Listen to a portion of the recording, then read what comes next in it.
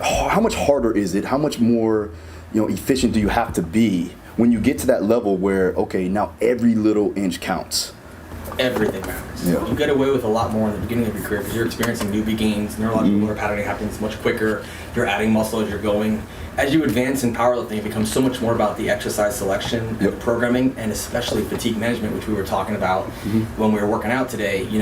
I gave my control of my programming to somebody else, and the first thing he did was half my volume. Like, you're at this end of the bell curve, you don't need to do this much work anymore. If you want to recover because of your strength level, you need to half that. Which was a hard pill to swallow because it got me to 800 in the first place. And it's like, man, he's so right though, because if I want to go from 800 to 822, which is my next goal, or 828, I'm going to have to do things differently. What got me there isn't what's going to keep me there. I have to make a change, and it meant giving up control to somebody else and letting them look at me objectively and say, okay, where is he falling apart? He's falling apart in recovery. Technique is sound. Habits outside of the gym, my nutrition's great.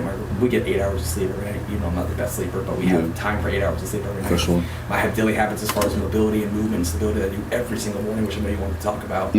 So it was looking at what element needs to change for me to progress further, and it was the amount of work I was actually doing. Because my work ethic is so strong, I will literally go into the gym for 3 hours if I need to, if that's what's on the paper, because I'm going to get everything done I'm supposed to. The problem was I was thinking I was supposed to do all this because that's what got me there. And I needed somebody else with a high level to say, hey, that's not going to keep you there. It's going to break you down eventually because, one, you're old. Sorry, that's true.